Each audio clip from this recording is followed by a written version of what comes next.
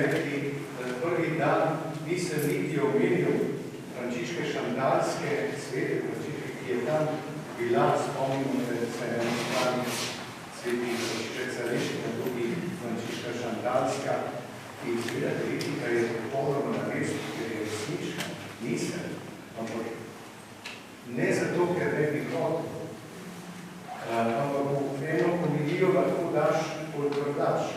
Vse teologije v eni komediji nikoli ne boš razložiti. Torej, se mi zdi pa važno pri takih stvareh, to, kar je rekel sveti Efrem Sirski.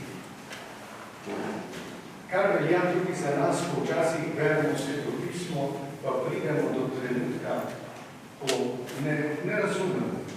Pa greš naprej, pa spet ne razumeš. In si žalosten, rad bi razumel, kaj to pomeni, pa ne razumeš. In sveti Efrem Sirski je rekel tako, je rekel, gledaj, ne bodi žalosten, če ne moreš izpiti celega slava. Ampak bodi hvaležen, da si se pri slavu odželil. Tudi mi ne bodimo žalostni, če vsega v svetopismu ne razumemo. Da smo nekaj razumeli in tisto iz tistega skušamo živeti in tisto skušamo nesti v življenju. Prepričan sem, da pa Bog vedno dal nam iz svetega pisma nekaj, iz česa lahko živi. Zdaj pa pojmo v današnjem evangeliju, ki govori o ljubezni. Novo zapoved vam da, da se ljubite med seboj. Ljubezen. Danes se lotimo te teme pod enim vidikom, posebnim vidikom, morda prav tudi pod vidikom Božje Matere Marije. Spominjam se je tega že kar nekaj let, ko sem pri Viri luči pripravljal starše na lomanje luč. Vira in luč pri tam se združujejo duševno prizadete osebe, njihovi starši in prijatelji.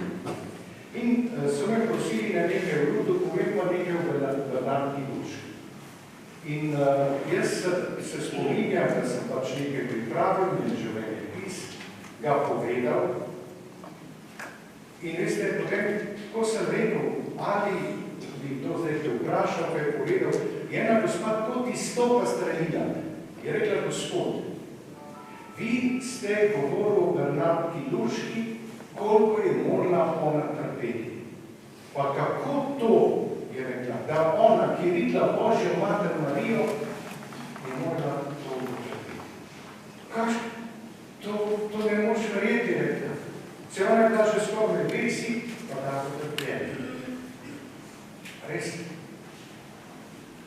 Tak, mene se zdaj dotakne, ko nekje je Bernardka Luška že proti koncu svojega kratkega življenja pravi, da je prosila Jezusa, da bi kašelj pri naših vsaj nekaj časa prenehal toliko, da bi se lahko v miru zahvalila za Ukrajino.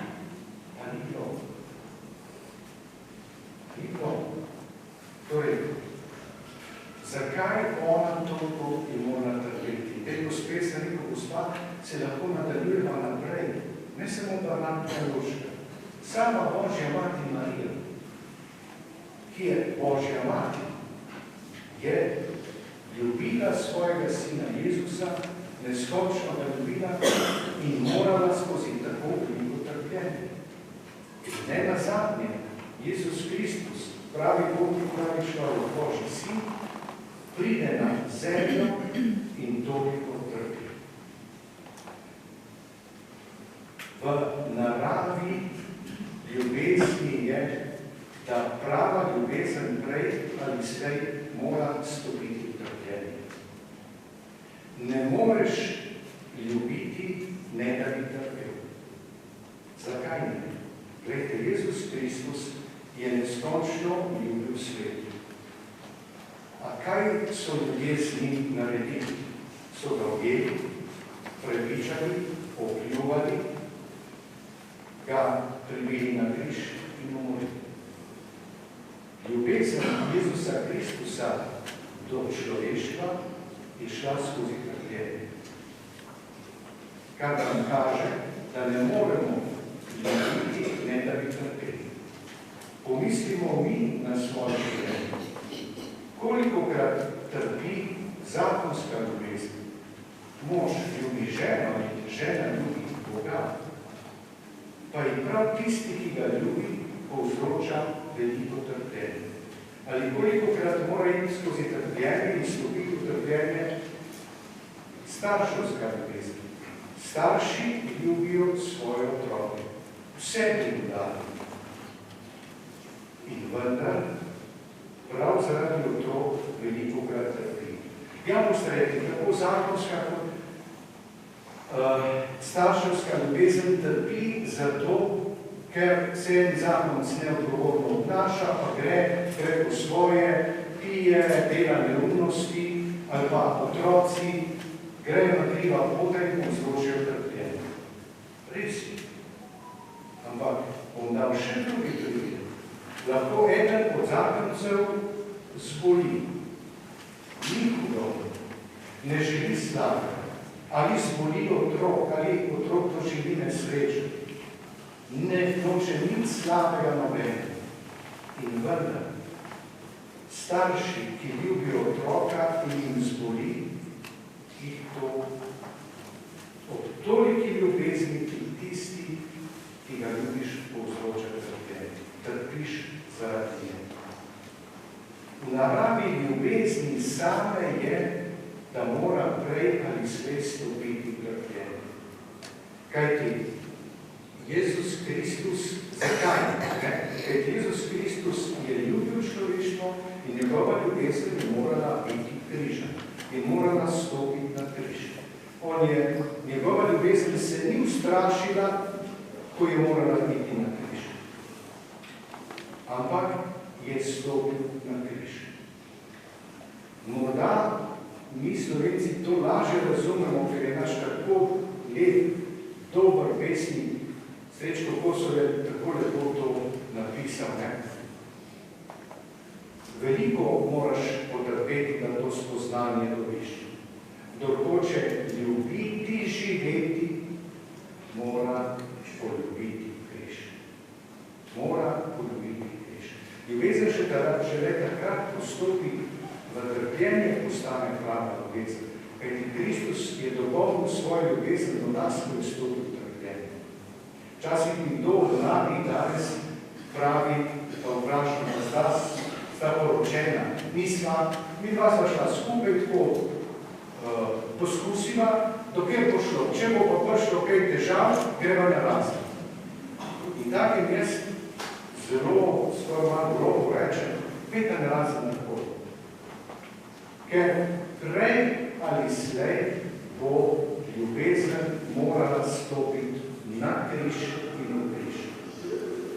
Ne delajmo si sodobne iluzije ali sodobne krive vire. Ljubil bom in ne bom trpel. Ne. Če ljubezen prava, bo prej ali slej morala iti na križ.